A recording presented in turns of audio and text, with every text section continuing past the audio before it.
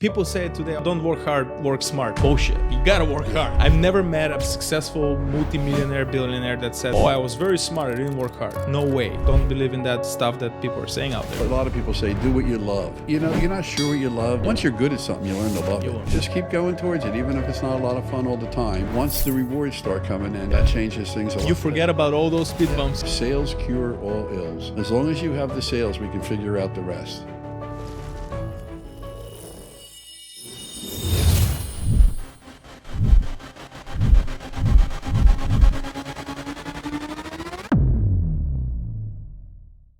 We want to make sure his grandkids watch this podcast and enjoy it and learn something from it. There you go. Where are we looking at? Nowhere. No, Us. we're just having a conversation. So the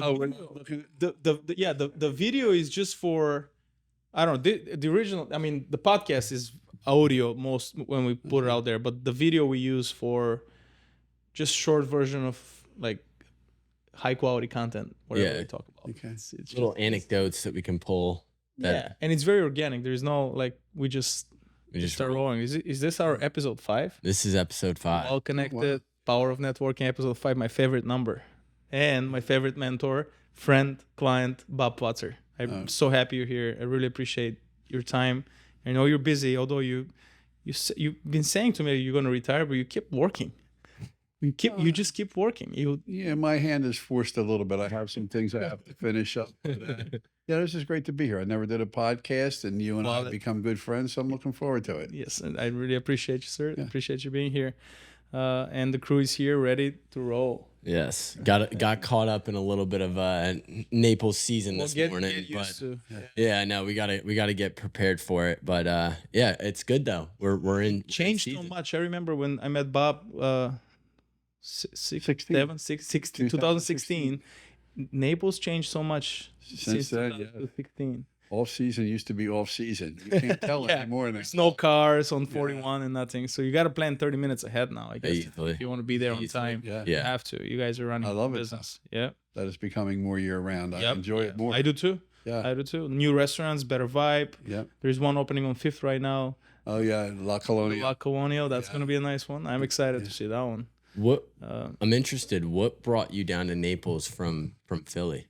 You know, my daughter went to school in Tampa, and when we used to visit her, it was always a little chillier up there. She'd always say, Dad, meet us down in Tampa. So we'd come down, we'd stay at the Ritz for a week, and we started to like it. But I was always a boater over on the East Coast, so I had a place in Lauderdale. And so I sold the boat, and when I was starting to look at it, I'm looking in Lauderdale. And she said, Dad, how come you're looking in Lauderdale, in Miami? I said, I like all the action and all. She says, the action starts at midnight. You go to bed at 10. And I said, I still like to be near it. And then she said, you're going to have grandchildren now. Do you want them running around the streets of Naples or Fort Lauderdale, Miami? I said, sold. Sold. So I came to Naples, and that's a really funny story. Maybe we can get into later. Yeah. How I got introduced to Blaze.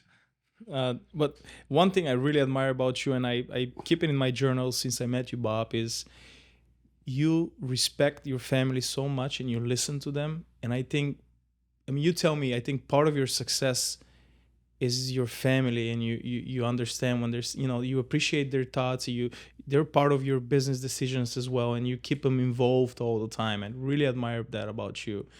Well, family is really important to me. I'm one of 7. I grew up in a house of 9 people with 4 bedrooms and 1 bathroom. So we were pretty close, and we've stayed that way all my life. My brothers and sisters are my best friends, and we instilled that with our family, my wife and I and our 2 daughters. And I love my daughters. They went to school, they got educated, they're happy with who they are. Happily married. They don't try to be anybody else, and they're good moms. And I do respect their opinions, because they're not afraid to tell me what I need to hear. And they were not wrong about Naples and no, everything else too. There's a lot of things they're right about that I'm starting to realize. I opened my mind a little, I was old school. I thought one way, and when you have younger people around you, new ideas come. That's why we what do you think that, I think about it from an entrepreneurial perspective, the importance of family. Every conversation we've had, a common thread has been family, and it attributes a lot to business success. But I think there's a narrative that I've seen on social media and alike where we're, as you know, two people that have had relationships for a long time, just being in our 20s, we're always told like, hey, you don't have a clue yet, like you don't want to get married anytime soon, like you want to push this off, push this off, push this off.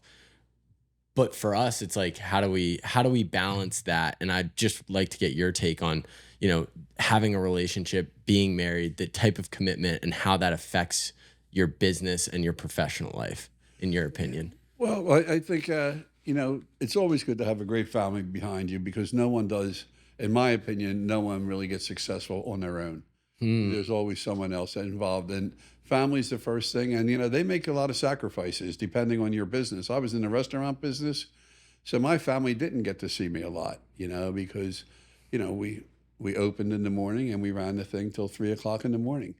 And in the beginning, I thought I had to be there all the time, until I learned to delegate. And so that was my first experience with help, delegation, and saying, wow, these people can do it without me, So I did that. And then with my family, I think they just saw that I had work ethic. They both worked in the business with us to get through school. My wife had them as soon as they were old enough to get working papers, working at pizza shops or anything, because she wanted them to work. And, so I give her the credit there. But my kids have a great work ethic, and they saw how I worked. Although when my daughter got out of school, she came back to work for me. And after about 6 months, she says, Dad, I'm going to move to Boston. And I thought, why? Well, I got these 20-some restaurants, and, we're really successful. She said, I didn't go to college to close bars at 3 o'clock in the morning. Wow. I said, And so I would have changed, but, she had made up her mind, and she went to Boston, and she found her husband there, and she lives up there, and she has a great family. And so she made a terrific move for herself. And look, she had it made.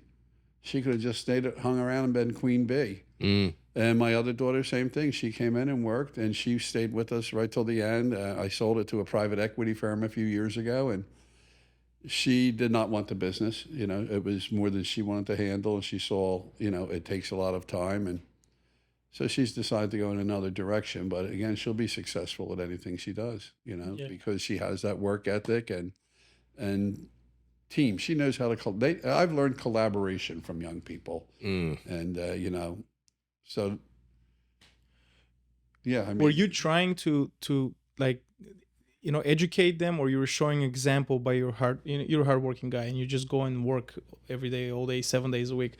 So they were watching you work, or you were kind of, telling them, hey, you got to do this and this and that, or they were just born with the same. Yeah, my wife did most of that part, to be honest with you, because I was at work a lot. But they did see me, and they loved the business. And for me, I never brought business home too much.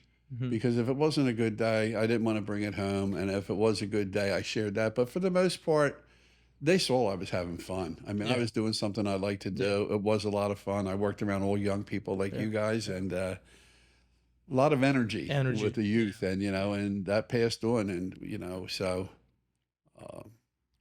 yeah. I mean, I have a restaurant background as well, and I love the business. And I mean, I know exactly what you're saying. It's an addiction. You want to be there. You want to say and shake hands and say hi to people and smile, and people compliment your food, the ambience and everything. It's very nice. It's a good feeling. Good feeling. Like I say, I'd like to have a restaurant down here. You want to make 1,000 friends in 2 We'll weeks? make it happen. You'll make it happen. We'll make it happen. And I love that part, where you can help people. People need to get a party or do anything like that. I liked, putting things together for people a lot. And eventually I had a big organization where everybody did that. And surprisingly enough, once I had everybody doing everything for me, it wasn't as much fun. I like doing it. I like getting in there and doing it, And have you ever dreamed of like selling the business the way you just did a couple years ago? Was that ever your goal when you started? No, I thought I'd have it until the day I died, and then I started to realize, well, that wouldn't be real good, if I was still holding the ball on the day I died, because my wife and my children weren't as involved in that respect.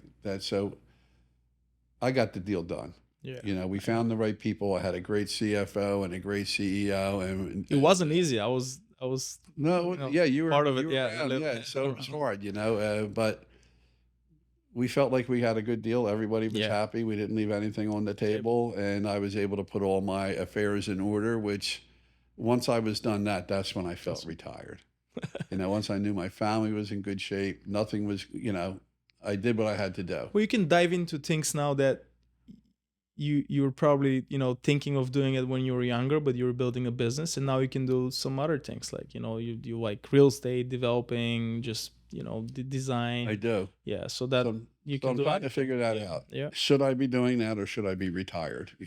I mean, It's a lot of I fun. remember my father always used to say, son, never retire. Once you retire, if you stop using your brain, I mean, what's the point, right? Now you're not doing it for the money or to support your family. You did well. Now you're just doing it, I want to meet new people. I want to be excited about projects. Doesn't matter how big or small it is. Like, I'm excited doing this podcast. I'm excited grabbing a coffee in Starbucks. That lady knew my name. I used to work with her, Bob. You remember I told you I used to work in this Starbucks on Fifth? Yeah. She's still there. She's a successful manager in Starbucks. She remembers my name and she's happy to see me. And I was a barista in Starbucks 12 years ago. So, getting excited in little things. If I was happy and comfortable in Starbucks, I would probably be still making your espresso today, if I was okay doing that. So no, well, that's why, I do tend to surround myself with people like you. Yeah. I recognized that in you right away when I met you. This guy's a go-getter, and I like the way he works. And, I like the ethic of the people from Macedonia that I've met. Everyone I meet, I said, I know they're going to be successful. Yeah. They come over, they're hungry for success. They know how to work. And you have a different style than most realtors, a lot of realtors in this area. And it's working for you. Yeah, it is. I'm blessed to know people like you as well and help me grow my business. I mean, every day mentor. I remember I asked Bob, and he, you read books, because I was just diving into reading books back then, and he shared some titles with me, and even today we still, like, every now and then we'll exchange a book or audiobook. I know he does his morning walks in the morning and listen to audiobook, and I start listening to audiobook as well. Try to manage the time, so I want to listen as much as possible in the gym and my car, and it just helps. A lot of books are repeating itself, but there's some good books out there. But they're recharging your batteries. Even if you've read it before, it recharges your battery. I was a Tony Robbins guy too. I like Tony Robbins, Zig Ziglar, Jim Mackey, and all those guys. Steve Covey. I don't do it as much anymore because I'm not in the game, but. I love that motivational. But you listen to podcasts too. You start listening to podcasts all the time, and I read a lot of books. And I tend to read a lot of self-help and business books. I'm not big on sci-fi or things like that to read. But those type of things, and I just read them for enjoyment anymore. Yeah. But I find if I read it again and again, it sinks in more, so it's not bad. But that's the thing about reading, for what I've noticed, because just being around like Blaze and just the conversations we have, it's always about like reading and trying to gain new knowledge and stuff like that. We're in a world now where coaching, like one-on-one coaching, is a lot bigger, and it's a lot big. But what I've noticed is with certain coaches, everybody has a source in terms of the knowledge that they gained, and if you trace the source back, it usually starts with a book. And so what I recognized being, in my 20s was like, hey, let me go to the source of these, big business brains. Like, what inspired them? What was the book that started it all for them? What do you believe that was for you? What book? Mm-hmm. I think the biggest one was Tony Robbins. I read Tony Robbins years ago, and I said, wow, this guy's cool. Yeah. And then I flew out to L.A. Now, the first time I went was in New Brunswick, New Jersey, right? And so we went to a big Marriott or something there. There's 2,000 people. And Tony Robbins, got 2,000 people. He walks out. This guy's like 6'7". He's a rock. And he was a young man then, boom, pounding his chest and getting you going. And all of a sudden, he says, okay, everybody roll up their pant legs, take off your shoes and socks. We're going to do the coal walk outside. And so we all go outside, and there's this big band from Africa, and they're playing this Congo music, and it's 12 o'clock at night, and there's these rows of hot charcoal, and they're glowing, and you think, it's got to be like a switch there or something. It's not really that hot. He throws a big Sunday newspaper on, goes up in flames. He said, okay, we're going to walk across this. Wow. And there was like 4 lanes, because there was a lot of people. It was like from me to you. Uh-huh. But you stood on this wet grass first, and they wet your feet. And he said, they told you, just don't stop. Just keep walking moving across. And you know, you're sitting there, oh, and you see a lot of people do it. And then there's grass at the end with people with hoses, and nobody got burnt that I know of. And we walked across. Holy crap! That was the first time I realized, you know, there's something here with this guy, and I thought so too. And then, you know, I find out he's divorced. I think something's wrong with him too. But I opened my mind up and just followed him through, and it really was. It pumped me up. I just got going, you know, like watching Rich Dad, Poor Dad. I was that guy at 3:00 in the morning watching UHF channels, you know, like who else was doing this? But that motivated me. Those kind of things motivated me. And so I would think Tony Robbins was my first big one. And I went to another one of his deals out in LA, and it was good. And that's when I started believing in that type of thing, you know, the self-help and recharging your battery. Because you notice after a year, you don't have that anymore. And I said, oh, maybe I better do something again. And so I started doing things again. And another big point in my life was, in my business life, is I joined Vistage. And Vistage is an organization, it's international, of CEOs, where you can go in as a CEO and kind of, you know, cry on somebody's shoulder or tell them all your problems at work, because you really can't go to your CFO or your COO. Both my guys are great, so they're bad examples, but you can't go in to your CFO and say, you know, you're a really shitty CEO. What am I going to do? CFO, what am I going to do? You go there and they start telling you, well, if he's not doing this and this, or have you tried this approach with him? Have you told him what he's doing wrong? So I learned so much in there, and that was really everybody leaning on one another, and some guys were extremely successful. So one-to-one, or it was? No, we used to meet. You had a chairperson, Okay. and you would meet once a month we had 14 guys, 14, 16 guys, and we became very good friends. We went away on retreats once a year with the wives, and we did other things, other gatherings. But there were a lot of really sophisticated guys. Some of them owned their own companies as CEO, and some guys were hired guns. And I found that the hired guns had to work a lot harder, you know, because they were responsible to someone else's business, and I only had my own. But so they taught me how to work harder, you know, like just because I only had to answer myself doesn't mean that I shouldn't be doing some other things, and it motivated me. And those guys were such a wealth of knowledge. They were like that was my first like advisory board, because they really weren't a board, but if you sat with them. Yeah. We'd have a tiger team, they would call it. And if there was a problem, you get like 4 guys together, and we'd all sit for a couple of days and figure it out if you were going to sell your business or many reasons. Do you still talk to them or no? Yeah, I still am in touch with them. As a matter of fact, after you sell your business as a CEO, then you have another problem. You always had money on paper, but you never had cash. Now you sold your business and you got this pile of cash. Now what do I do? Because you know you've never really been in that spot. So Tiger 21, and they do have a chapter here in Naples, is people who have sold their business, and they are doing the same thing as Vistage. Now we're getting together and say, hey, what are you investing in? Hey, what are you doing? Or who's your wills and trust attorney? You know, we do different things. So, you know, we can... The same way, like when I wanted to do some real estate, you turned me on to Mike Gensel, you know, and the networking. You got to know the right really good there, and you can rely on these guys. Some of them were big Ernst & Young guys, you know.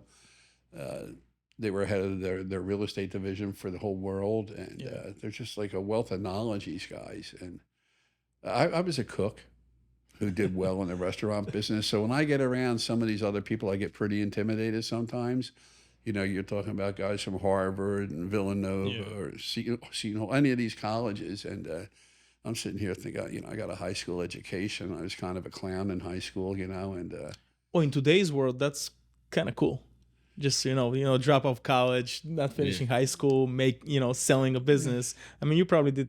Well, I think people realize today that not everybody's meant for college. But if you're going to go out and do something else, you know, I mean, if you're just not meant for college because you don't feel like doing anything, that's not good. But I have nephews who went to great high schools and tried college for a year and just said, it's not for me. They both left, and they're both highly successful. Yeah. You know, they just went a different route. Mark's sons? Yeah, both of Mark's sons, I know.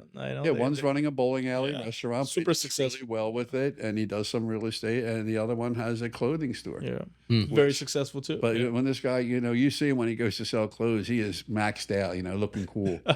But what his real life is, duck hunting, laying in mud, four-wheeling and stuff like that. But, he knew what Yeah. he wanted to do for work, and he It's did it. amazing. He tried something else for a while, and he tried a few things, and they weren't it. And he landed on something, that him and his wife can do together.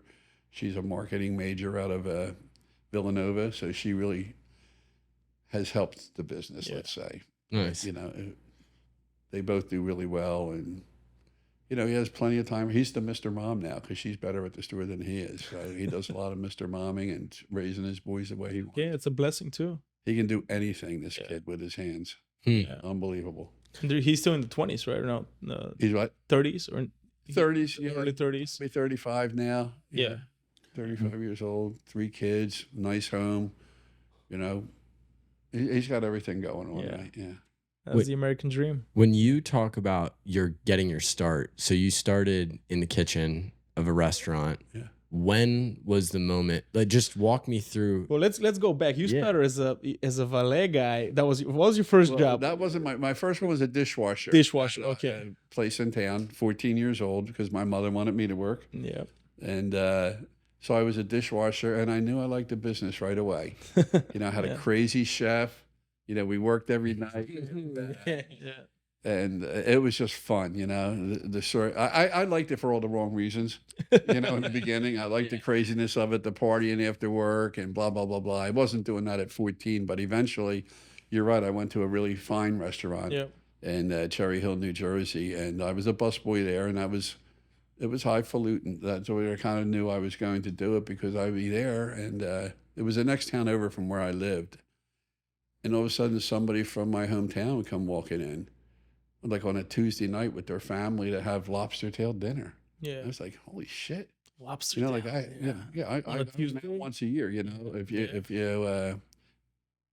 actually, we didn't even go out once a year. We went out if you graduated high school or you made your confirmation or something like that.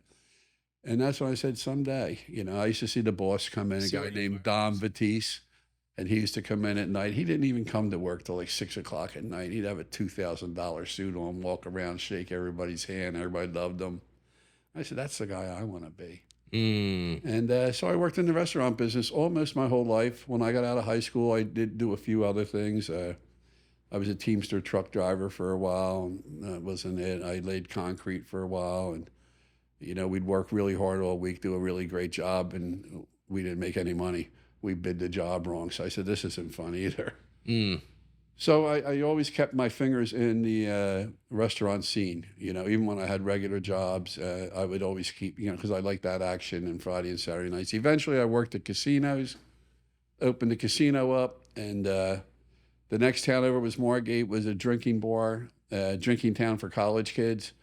And the guys only wanted to booze money at night, but they wanted to do something at day, so they leased their kitchens out. So I leased a kitchen out called the Greenhouse, a famous bar on the beach in Margate, New Jersey. And it was $1,600 for a 16-week season. So $100 a week. The kitchen was there, the equipment was there. Nothing. He paid the waitresses, but I picked them out. And I just had to pay the cooks and buy the food. And I kept all the food money. He kept all the booze money. Wow. And after that first season, I said, you know what, I can do this. I organized a team. We banged out food. We were killing it. And that's when I went and told my chef the second season. I said, Chef, I'm going to leave the casino. I said, I'm doing pretty good here. And so I thought I had it made, and lo and behold, the guy dies.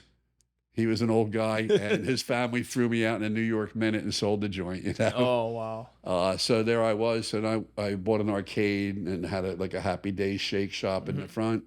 I was doing well there. Arcades. I was like a bootleg Chuck E. Cheese.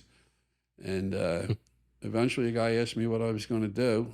And he had built a home up in the Poconos. He said, there's been a bar up in the Poconos for sale for 2 years. I said, like $90,000. I said, what? So I drove up and I bought it the next day for You had the money? Oh, that's another good story. So I went up and, I drank probably a 6-pack on the way. And I got there and it was Poconos. So I'm sitting there at the bar and it was really, there was nobody there. Yeah. And so the guy's walking back and forth. And I said, I heard the bar's for sale. He said, yeah, you want to buy it? He was an old guy. I said, maybe.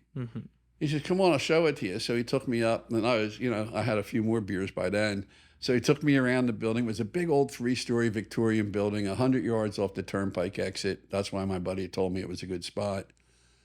And I walked through, and it looked like a Norman Rockwell house. You know, they had lived there like 90 years. The woman had been there, her family. Wow. It was really old. So it looked really nice. So on the way down the steps, I kept thinking, $92,000. He's got this wrong. And I says, how much is it? He says, 92,000. And I was amazed. I said, holy shit. And that's exactly what I said. He said, I'm negotiable. Uh-oh. All right? You're like 50. You know, he thought I was saying it the other way. So I made an offer. He said, okay. And I did it. And 80,000? 72. $72,000. That's nothing. And that's what it was worth. That's what That's what I found out after I got there. But yeah, so we got there and I had trouble getting financing. I asked my brother and he got me a bridge loan from somebody and nice. we went in there and got it done. What a story. What a story. Well, going back to the beer, Bob's been sober for 17 years, 14. 14 years. Yeah. 14 years. Yeah. Do you think a big part of your success, we live in a world where there's probably back in the day, there was only one tequila, 3 types of whiskey. Now, I mean, it's fashionable. Yeah. You see the bottles and the wine bottles and there's so many everywhere. And, you know, you turn 21. I think these young kids are drinking more than ever. So do you think the stop drinking alcohol kind of clear your brain and you focus more on what you were building and that helped you a lot? Or, I mean, obviously it did, you know, but what would be your message for these young kids out there? Everybody drinks so much. It's just... Well, there's a lot of people who drink socially and responsibly. Yep. You know, and they function well in the world. You know, there's not a problem. I stopped drinking because I was in the business. You know, it's like, you know, working in a French fry store. Eventually, you're going to get a little too fat, you know, and, you know, being around alcohol so much. And I was just getting older, you know, and I had stepped back a lot. You know, I was working in the office now more than I was in the restaurants. Yeah. So it was just natural with my age. It was time to stop. But I will say, whenever I didn't drink, my business was like this if I drank, and my business was like this if I didn't drink, you know? Yeah. I went up, you know? That's and but I still functioned well, you know, on those other times. But like, yeah, it was a party. Yeah. It was a party, you know. You had some great times. But that's changed now. The restaurant industry used to be crazy. That's why everybody got in there, because it was crazy. You got paid every night, you know, there was partying all the time. It's not like that anymore. Their careers, like you look up and down Fifth Avenue, there's many waiters and waitresses making over $100,000 a year. They do, yeah. You know, for 4 nights a week, and probably a lot more than that anymore. You know, because, you know, I'm out a lot. And well, it's expensive. It's not cheap to. No, right. It's so they're doing well, and contrary to what you just said, I think the young people are drinking less. You think? I do think they're drinking less. Maybe when you turn 21, you get crazy, but as they get older, you know, the consequences are a lot more, and they're so much more conscious of it right now. I just had someone tell me a day or two ago in Philadelphia, they just opened up the first bar with no alcohol. It's all alcohol-free this, and, you know. That's cool. Different things, you know, alcohol-free wine and. Even cocktails without, no alcohol. All of it. It's going to be popular. I know I see it everywhere because I don't drink, and so I see there are a lot of good and they don't call them mocktails anymore. They just call them healthy choices or alcohol free. Yeah. So I think the awareness today is good, and I know with my kids, they hardly drink anymore. You know, and I say why. They just said, you know, we got kids now, and you know, they did belong to a couple of little moms clubs here and there, but they found out they were really wine clubs. And they said, you know, with 3 kids, you got to be on the board. You know, you have that same situation. So, well, you wake up. I mean, I wake up at 4:30 this morning. I mean, so if I'm hangover, with my nephews and nieces, and believe me, they're not going out beating the drum. They just don't drink like, you know, my crowd did, you know. We drank, you know, when we were younger. There was no consequences. And it's interesting because, you know, we're obviously in our 20s, and I actually am like, I follow suit with the younger crowd that is kind of going away from it in a lot of ways. Because, like, I was, you know, probably 18, 19, that's when it was the thing. That's when, like, when you got that little bit of freedom and you went to college and you're like, Yeah. wow, like, look at what we can do. And like, you kind of overindulge in the fact that you have all this freedom and you can party and you can have fun and all this type of stuff. But I was junior year in college and I looked at myself and I was like, I don't know what this is doing, and I know what I want to do. And it was just like the two weren't aligned. Also, I kind of grew up in a family that had issues with it, and in a lot of cases, it ruined a lot of people's trajectory and whatnot. But it was just an interesting moment. And now me and him, although we are a little bit outside the crowd, it's becoming more normalized that it's just like, hey, I just don't, I don't participate. But I agree with Bob. I mean, both my mom and my dad didn't drink at all. Yeah. My mom still doesn't drink. I occasionally drink, but as you know, Bob, like I will have a glass of wine or two, and I'm like, I don't need. I'm not. It's not like an addiction. I don't need more. I don't get angry. I don't change. I relax with good friends, and I tell this to everybody. I don't drink with everybody. I choose who I drink with. Because I'm okay having a glass of wine with Bob or some other clients and friends and mentors, but I'm not just going to sit down with anybody and just start drinking shots of tequila or vodka and then go crazy. I don't want to change who I am and the way I think. So, But, I think it's very mature, and I think it's great that is part of the conversations with the kids today, younger people, I should say, because it's not because they have a problem. It's because they have goals. Yeah. They're... young people now, like these two guys are going to run a marathon this weekend. Yeah. Well, we didn't run no marathons. We didn't go. We didn't go to no gym. Nobody was going to the gym. We were worried about Friday night. And that's what I thought I was going to be. For a long time. Yeah. But watching television at UHF in the morning with Rich Dad Poor Dad and Tony Robbins and these other people changed my life. Yep. I decided I wanted to do something. Tony Robbins is really good to kind of not tell you, but show you how you get out of your comfort zone. And I think that's what gets you excited. And he's good at that. Like you get out of the comfort zone, you feel good, you change, you become better. So every time you kind of start seeing a flat line in the business or yourself, I think you got to do something that you've never done before, and then you learn and you grow. It's I start practicing that a lot, and it helps me a lot. Well, it does. You have to be talking to yourself inside all the time. Be kind. Do this, or if you're having a bad day, pause. And then get going again. Take a day off. It's okay. You have a chance. You're competing with yourself, not anybody else. Life gets lifey sometimes, and you have to deal with that. But so many things, like I say, I've learned from other people. I've learned everything I know is not original. It all came from someone else, and that's how I get it. I listen better now. I always used to be the guy that just talked. I listen way more now, and and that's how I stay, my mind's sharp now. I'm not doing a whole lot of reading anymore, this and that, but I'm observing way more. I'm trying to mentor, my children, my grandchildren. I watch what I say to my grandchildren. They're 7, one down. I have 5 of them, and I can see it makes a difference, and I understand that now. I was just busy with life, when I was young. Maybe you guys with your families, your parents working, and I don't know. I just think the world is so much more inclusive today. You can really have conversations. Old people can talk with young people, and we're talking about the same things, And I don't like to talk about the problems of the world. I like to talk about the solutions. And I can't solve the world problems, but I can certainly help someone. We're not in that business. You're not in that business to solve the world problem too. No, I have to turn that off, to be honest with you. A lot of times there are, it's a little different out there today than it was. I always said I loved the Norman Rockwell years. You rode your bicycle up to the corner and dropped it on the floor, out on the cement. And if you forgot it when you left, you could come back the next day and be there.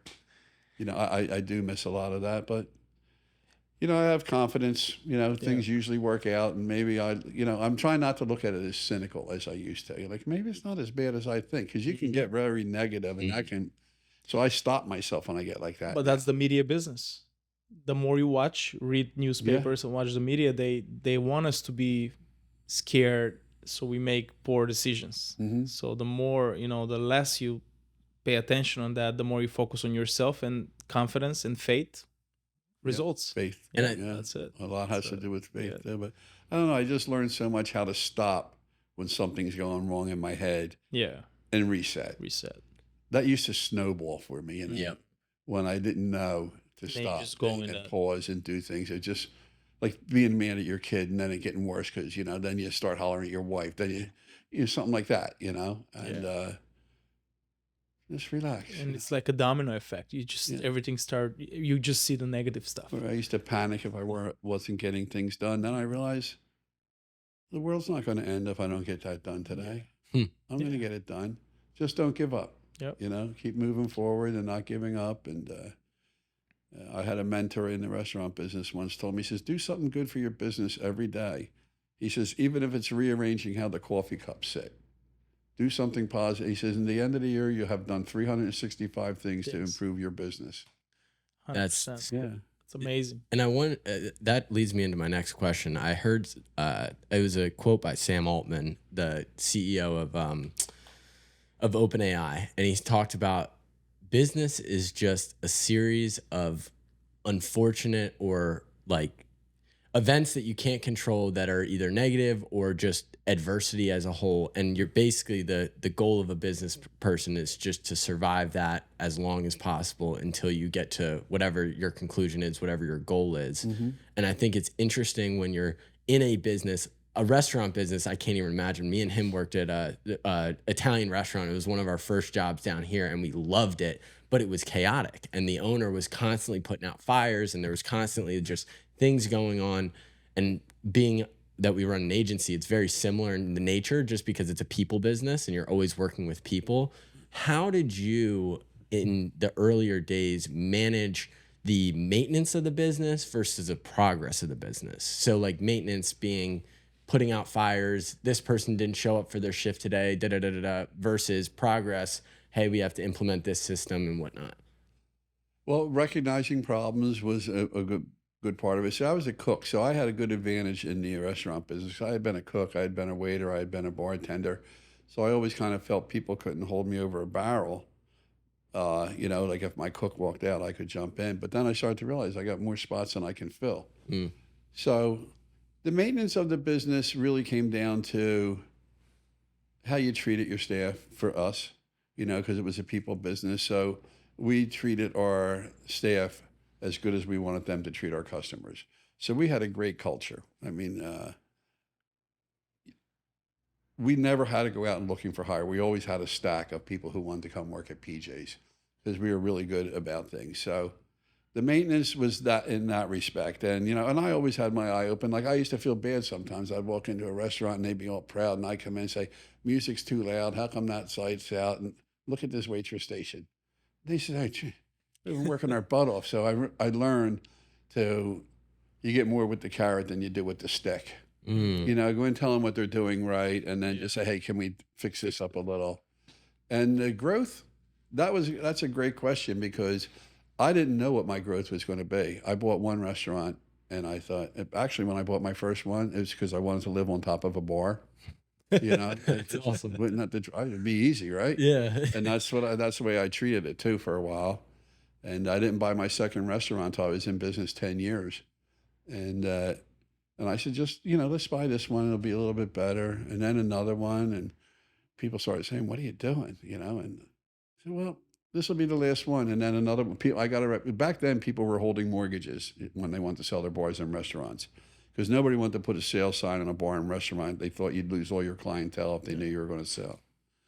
So that's how I really got started. I was able to buy 4 places after my first one with owner financing, just putting a little bit of money down. And people used to say, you're crazy. I said, no, they're crazy. I don't have no money. They're giving me their building, They believe in you. Sign. But I lived up to what I said I was going to do. I would say it was part luck and back then it was just grit, hard work. I didn't have a plan.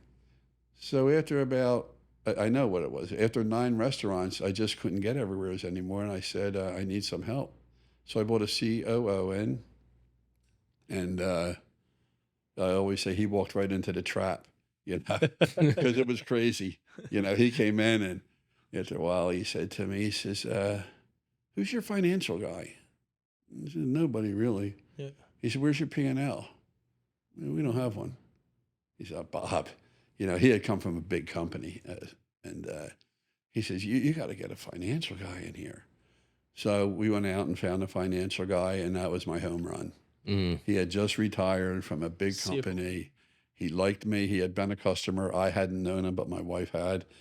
And he said, I just retired. I'll come in for 6 months and give you a hand. And he left after 16 years.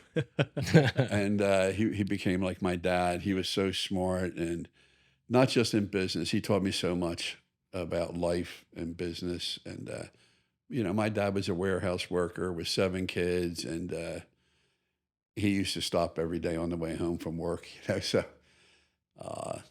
he was a great dad. I loved him, but we didn't sit around the table and get mentoring. You know, he was just fun. He was a fun dad, but he wasn't a mentor. And Bill became my mentor, and he made all of us better. And that's when I started to understand that part of it. Jim was very conscientious, worked hard, and the rest of my crew had been there a long time. So we had some bad habits to break, and change was a little hard, but that's when we changed from a mom and pop to a real business. And we started doing planning and realizing things. And I didn't take everything so personal, you know, like, you know, you get lawsuits, you know, when you're in the bar and restaurant, if somebody slips and falls or this or that. We had a couple serious ones, but, you know, and I used to get so mad at it. He said, Bob, it's the cost of doing business. I said, but Bill, it's wrong. He said, it doesn't matter. He said, it's the cost of doing business. We have insurance. Let's concentrate on the important things here, and the insurance company will take care of that. That might be a bad example, but that was one of the things, you know, he taught me to move on, but he was always just teaching me so much. And that's when I realized I don't know everything. And if I died tomorrow, nothing would really change in that business, because Bill and Jim had stepped in with me and done an awesome job. So, do you think that what was the process of unlearning? Because it's the hardest, at least my personal experience has been, I am the number one thing that's standing in the way of my business growing. You know what I mean? Like I am the person, and what I've done strategically is just put a bunch of, you know, mirrors around me in terms of people that can constantly, you know, it's one of the most annoying things, but they're constantly saying, you know, you messed up here, you need to improve this. Like, and it's hard because my ego always wants to be right. My ego wants to be, you know, all these different things, but it's the process of being like, this was a fallacy that I have to now unlearn and then relearn something that's actually productive. What was that process for you like when you brought your CFO in? oh, well, I knew right away he was smarter than me.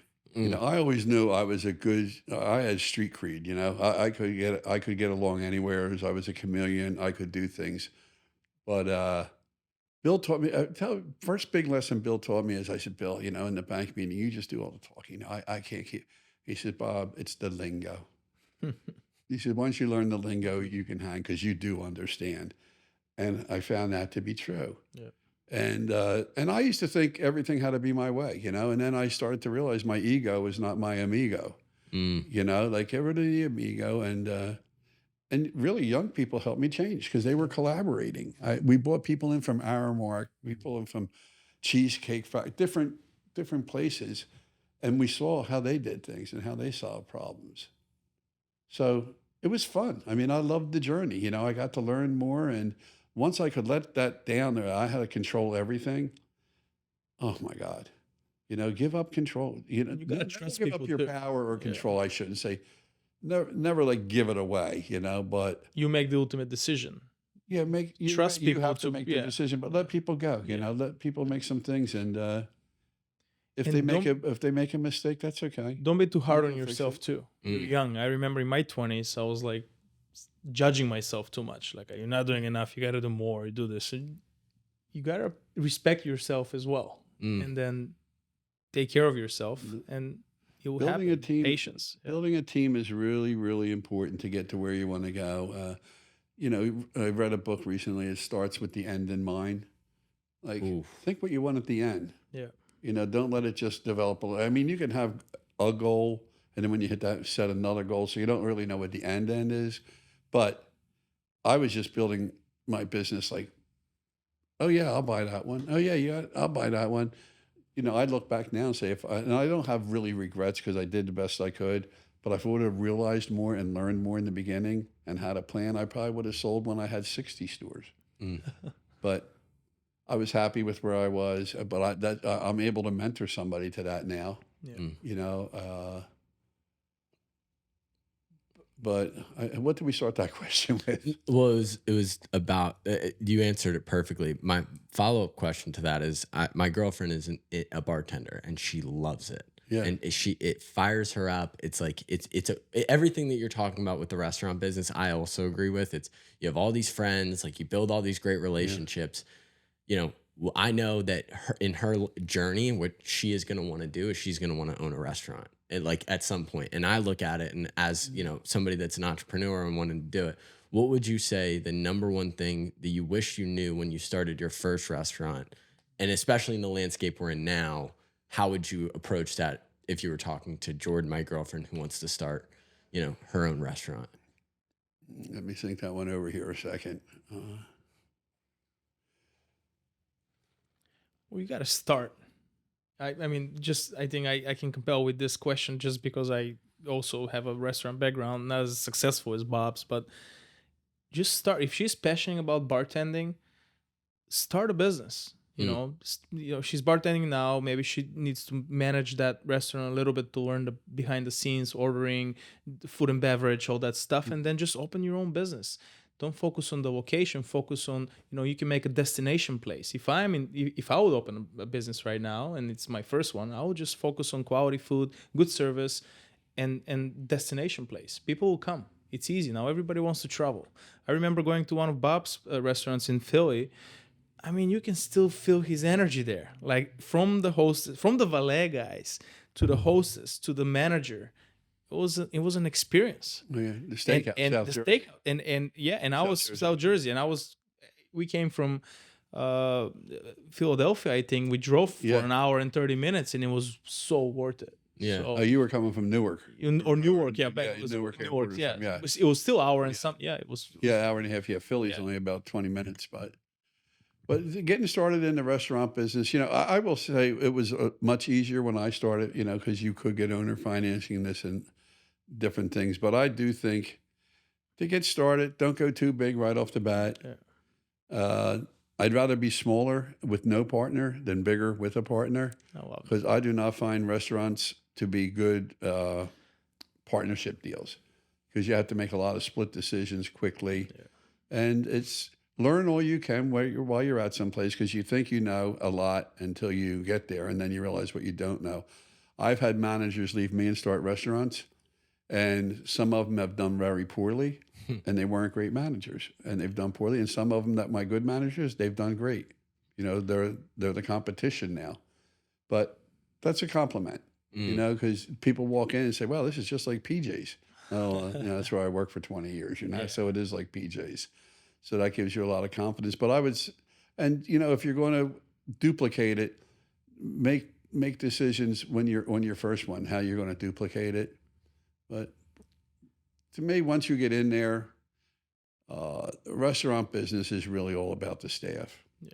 If the staff is happy, if the staff is nice, and you have to direct your staff. When I was first in business, we used to let the staff kind of, we were lax. But when we started putting rules in, they liked the rules too, and reward good work. And you have to do something about the people who aren't cutting the mustard. You got to let them go, because that hurts it's a cancer, and it spreads. So and good people will become lousy workers if you don't reward them, because they'll say, "Hey, this one can do the same as I can do." They sell $300 worth of food, in a night, and I sell $1,200. But I think you got to hire for attitude, and you can coach them what to do, because if you hire somebody who has no attitude, it's not a good fit for the business. We used to hire a lot of people working their way through college. Yeah. And I like that, because we weren't really looking for a career. It was a young place. we weren't looking for career servers, that wanted to be there when they were 50 Yeah. or 60. Not age discrimination. It's just, it was the culture of the place. It was a young people's place. So we used to meet with them every semester and redo their schedule so Yeah. they wouldn't be having panic attacks, Yeah. that they weren't going to make any money. They couldn't be there. If you used to be available on Thursday afternoon, you weren't anymore. What day are you Yep. available? Yeah. So that was our culture. But In general, restaurant it's a very tough business. We all know that. Do you think it was easier back in the day, Bob, or it's harder today, competition wise? competition's much harder It's today. harder. I mean, It's not mom and pop anymore. no No. design. You even see on here, Fifth Yeah. Avenue, the Pelling Group. They're buying everything, you Yeah. know. So now Yeah.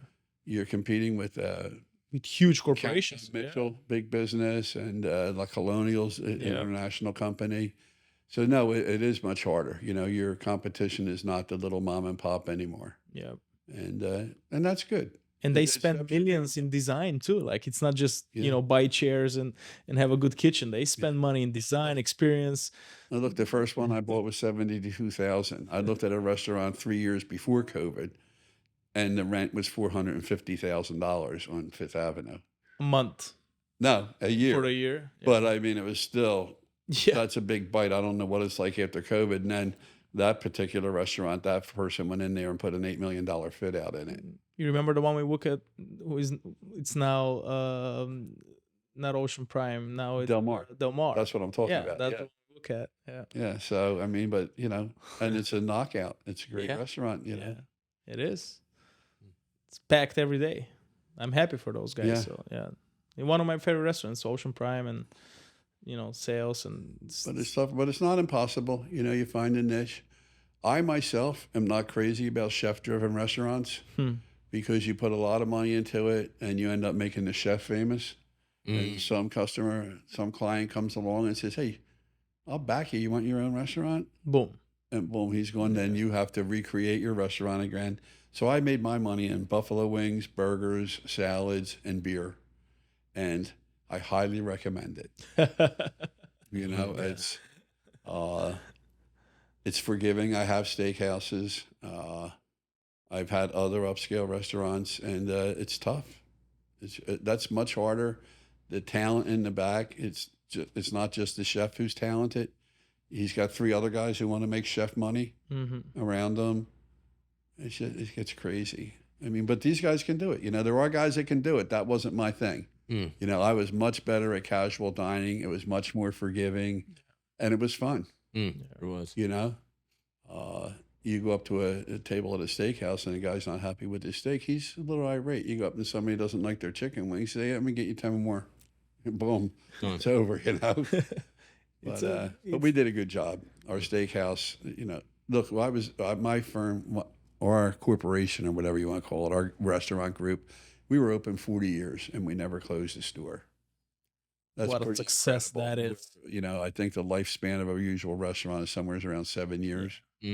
That's So- huge success, Bob. Yeah, it One was- thing I want to mention is when you said Tony Robinson and how he opened, different mindset and way of thinking when you went to the seminar. I remember Bob called me one day, said, "Blaze, I'm sending this Bentley down." And he was just on vacation that summer in Italy with the family, and he sent in the Bentley. There was this book, huge book with the photos from the family vacation and the Italy. Oh, trip. yeah. And so I was here, and he was back in I don't know, Philly or New Jersey. Yeah. The car arrived, and to me, I was like, it was a dream car. It's a Bentley, it's a coupe Bentley, black with nice big wheels, and and he said to me that photo album is there from his 1 month vacation in Italy. Yeah. And that to me, I said the same thing when you were working in the restaurant, in your first or second job. I want to be like that guy said. I want to be like Bob one day. I want to bring my family 1 month vacation in Italy with chefs and cooks and everything. And I mean, you did it. That to me, that's Yeah, it was fun. Yeah. and you're still doing it. I mean, you go every year on vacation Well, and my do family those. supported me all through Yeah. my life. When we got tough, when things were tough in the beginning, they'd come in and help. They did everything. So yeah, I do like doing that, and you know, That motivated me so much, and I don't know if I remember. I'm trying to spend it. You know what I'm saying? You, I love that mindset. I love that There's mindset. never an armor car behind the purse. no. Well, and I think it's the interesting point that Blaze just brought up. It's the asking how. It's like you talked about your turning point. You go, I want to be like him. And then you start asking questions, how? I remember for myself, the first time I was in Naples Park and I was walking by all these massive houses and I was watching my friend's dog while I was down there and I was just house sitting. And I was waking up every morning, going on a run to the beach, running by all these multi-million-dollar houses.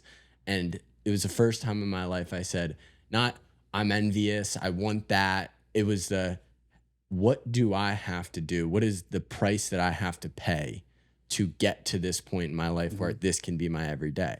And ever since that was 3 years ago. And ever since that moment, I've chased that. The price is hard work, though.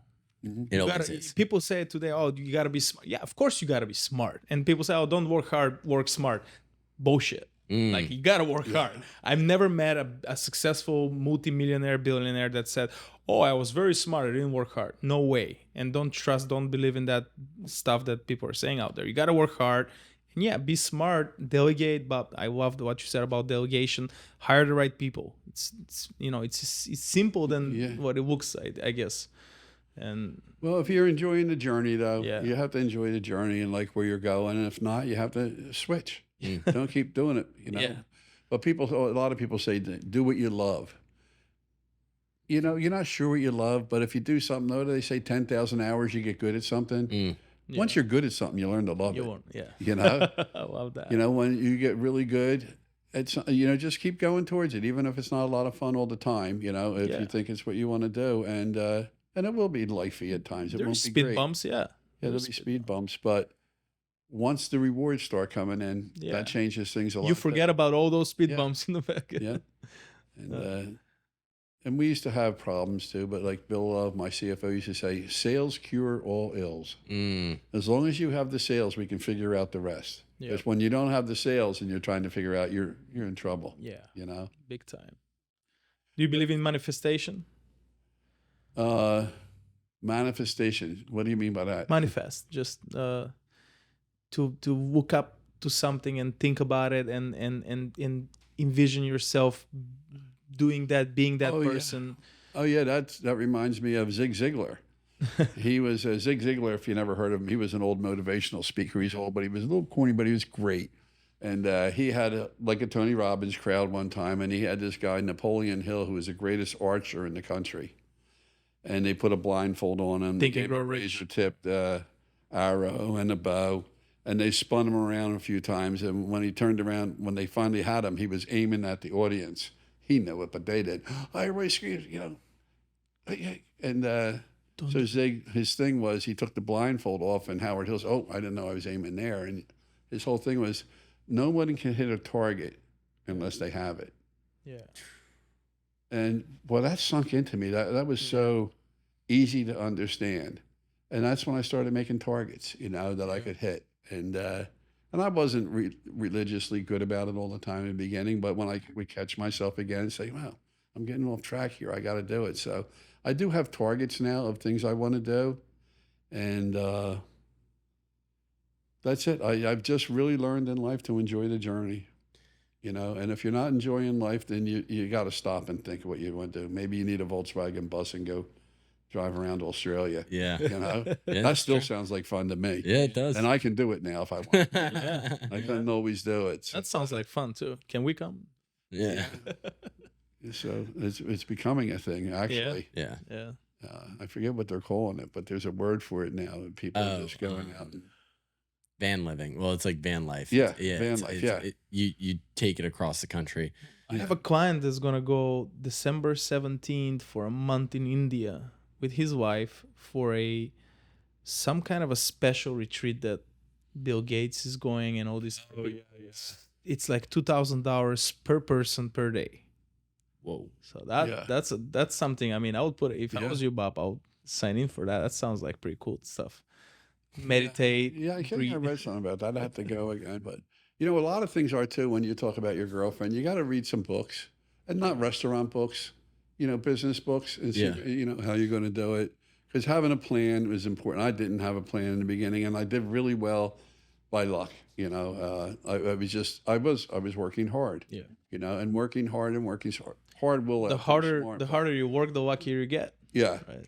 But there would have been, like you say, work smart. There would have been ways for me to do it better than I did it. There's no doubt about that. Yeah. And I think that would have been with the plan, having the plan. And if you don't hit your plan, that's okay. Yeah.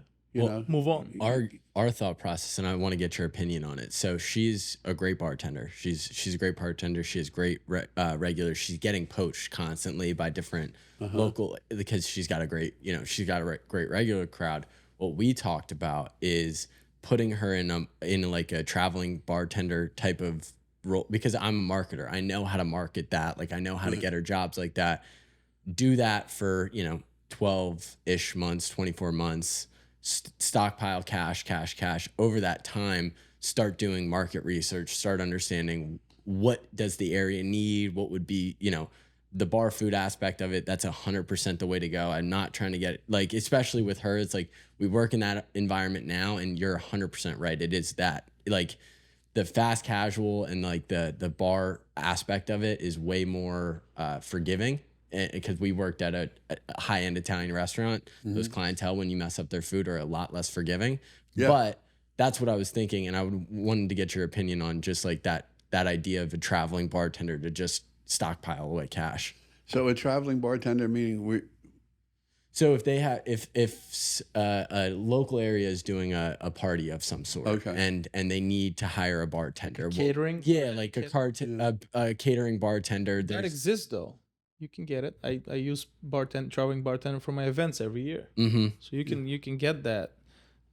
She loves bartending, or she loves the restaurant concept of having a nice bar? What's her niche in the bar? Because have you ever bartended? Bob, I was a bartender. People come to the bar, especially regular customers. If people come every day, those are the regular bar customers, they're drunk. They drink, they compliment you because they want extra vodka in their booze. Yes. Yeah. So don't really rely on what they're saying, oh, you're the best bartender. No. There's a lot of good bartenders here. I'm a mixologist too. Like I went all in for this. That's why I really love your question. But if she has a niche of bartending, being a good bartender, open your own catering bar. I mean, everything can work in Naples, especially Southwest Florida. She can have a bar, moving bar. There is a girl who is doing she has those Volkswagens, and she has a mobile bar. She can drive everywhere to your event, and then opens the Volkswagen, opens up, and she has a full bar there. Yeah. You just got to buy the booze because she doesn't have a license to sell. So there's a lot of cool things you can do, but it's a tough business, Jamie. It's really tough business. Is she going to do it in Naples? Yeah, I mean, well, we're building our business down here, and I just want she has that spirit. She wants to do it, and I have the ability to help her market. It's acquisition of customers is all she needs. She is the product. She is the service. In the case of the traveling bartender aspect of it, she just needs consistent lead flow. Does she know how to buy and how to price? And all that? So she works at Twin Peaks, and she's done that because the Twin Peaks location that she works at is the best. Is that Estero? Yeah, the Estero location. It is. Twin Peaks? Yeah, that's the guys who bought me. No way. Yeah, that's insane. But she works there because she's been able to see the highest level. I mean, they're the best performing Twin Peaks in the nation. We should go there for lunch today. They sold it. The guys who bought me, Garnet Station Partners, but they bought it off another friend of mine, and they bought it, and they had some difficulties, Twin Peaks, because out in about 6 years ago, maybe 7, they were all ready for a sale, big sale, and they had one of their franchisees had a bike night out in Waco, Texas, and the pagans and the warlocks showed up, and I think 17 people got killed. So big damage to the brand. So they had to regroup and try to resell, and they just couldn't get it back up to that level. Garnet Station, my guys came in. I call them the Billionaire Boys Club. They're a couple of young guys out of Harvard, and they bought it. They held on to it for about 24 months, and they sold it, made $130 million on the sale because they built it up through marketing, what you're talking about. But what you're talking about with your girlfriend, I'll tell you one thing. I've been looking around to find a good caterer or somebody to run a nice house party for me and all. Nobody's marketing it right in Naples because Nope. I can't find them. Nope. Yeah. You know, you'll see crazy. You gotta ask a guy, like you gotta call. Yeah. You call, Yeah. like, But it's if you put all that together, you know, Yeah. where you can bring a bar car, you can bring a little pizza truck. You know, you ever see them? Those little ones that do the Yep. you Yeah. know, those little 100%. Vespas almost with a carriage on. I think there's an opportunity for that in Naples, big But time. it's marketing Yeah. It's all because I'm looking and I can't find it. Yeah. and that's what And I want to have a party just for like 12 people, my neighbors. Stresses my wife out too much to do it. So Yeah. we'll get somebody. But I did think that was a niche also down here already. And that might end up being your business because Lord knows, you know, there's got to be what, $100 billion down in Port Royal. yeah. You know? it's real. It's crazy. She just loves it, and But- you know, I love business. So if it means, you know, and we're a marketing agency, so really, we started this business because for us, it's like if we can solve the acquisition aspect of it, the building of brands, that type of thing, for at least me, like I can find people to help with whatever industry it specifically is. But no, that's really interesting. I knew it was big down here, but I didn't know it was that big. So we'll have to move on that. Do you, is she a innovator or an integrator? Would you say? Integrator, straight. Integrator. Okay, Straight then through. she's not even an innovator. I'm the innovator. You got to get him the book. Oh yeah. Rocket Fuel. Rocket Fuel. Rocket fuel. Yeah, by a my guy phone, named man. Gino. I can't remember his last name, but put that, and he's got read all his books. He's got Okay. 3 or 4, but they're like, There's a dreamer and a doer. So you got like I say, I'm not a Harvard guy, so it's an easy read. And I Okay. like an easy. Love good book, that. guys. I'm Good an easy reader. And that I've never read a book that explained business better than that to me.